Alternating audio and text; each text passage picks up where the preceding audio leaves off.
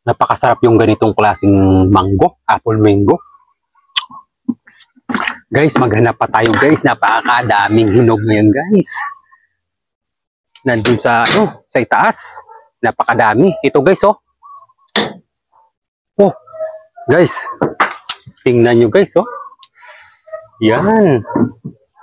Pwede na yan guys. Nakainan ko na pala kanina to.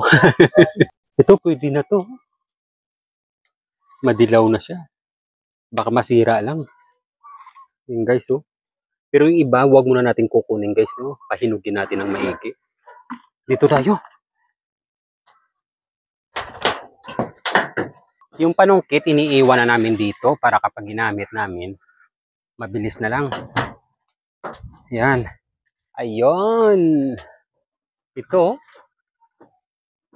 Sinog na to talaga. Yan.